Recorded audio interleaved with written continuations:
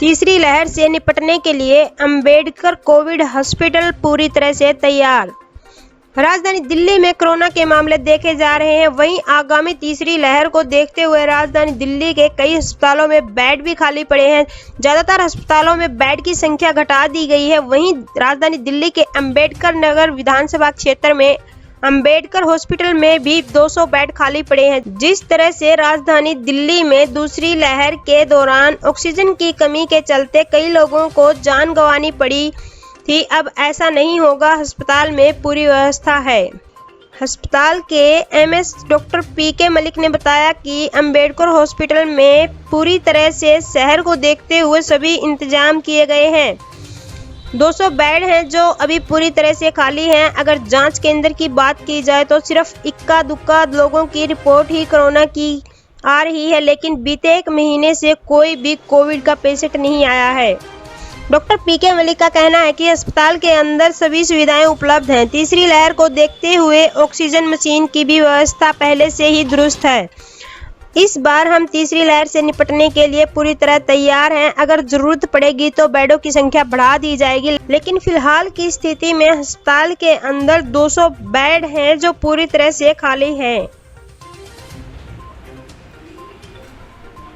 हमारा हॉस्पिटल जो कोरोना के लिए ही स्टार्ट हुआ था और ये अभी भी डेडिकेटेड कोरोना हॉस्पिटल है। इस समय हमने 200 बेड ऑपरेशनल रखे हैं गवर्नमेंट के ऑर्डर के हिसाब से, और सारे बेड्स पे ऑक्सीजन की फैसिलिटी अवेलेबल है।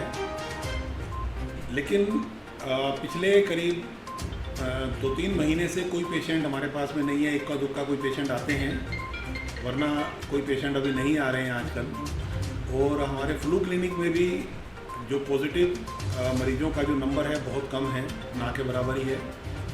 तो कोई पेशेंट हम नहीं देख रहे हैं कोरोना के पॉजिटिव अभी आजकल। तीसरी लहर यदि आती है तो आशंका भी जताई जा रही है, तो किस तरीके से हॉस्पिटल की तैयारी? हाँ, हमारा हॉस्पिटल पूरी तरह से तैयार है।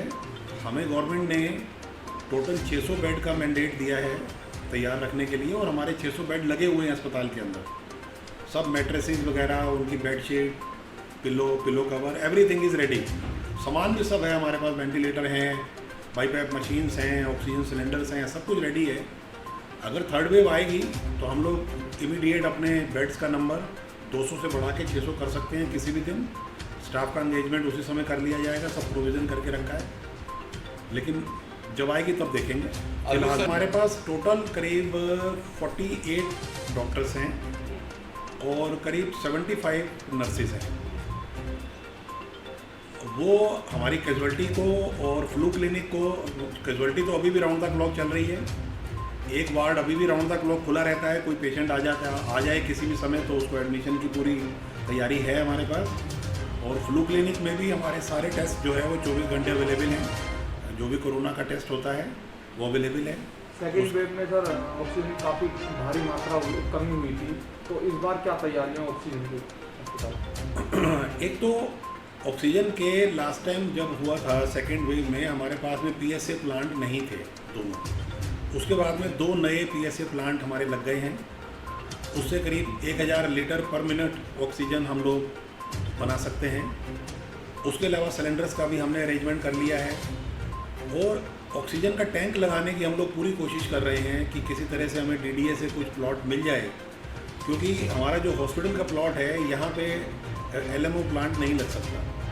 तो हमने DDA को भी कहा है, चीफ सेक्रेटरी साहब तक और LG साहब तक ये बात पहुँची हुई है कि हमें अगर एडिशनल कुछ प्लॉट का एरिया मिल जाता है अगल बगल में तो हम LMO प्लांट लगा लेंगे इमीडिएट, उससे हो जाएगी ऑक्सीजन की। सर एक्चुअली क्या है कि ना, अंबेडकर नगर हॉस्पिटल अभी तक टोटल कोविड हॉस्पिटल ही डिक्लेयर्ड है। जब तक ये जनरल हॉस्पिटल डिक्लेयर ना हो फुल्ली या पार्शियली, तब तक हम लोग कुछ और स्टार्ट नहीं कर सकते हैं। दूसरी प्रॉब्लम ये है कि हमारे यहाँ जो स्टाफ है उसकी सैंक्शन की फाइलें हमारी गई हुई हैं। कल फ्राइडे को उन लोगों ने विज़िट किया है हमारे यहाँ पे एडमिनिस्ट्रेटिव रिफॉर्म्स की टीम ने, और वो सेटिस्फाइड थे हमारी बिल्डिंग से, हमारी तैयारी से।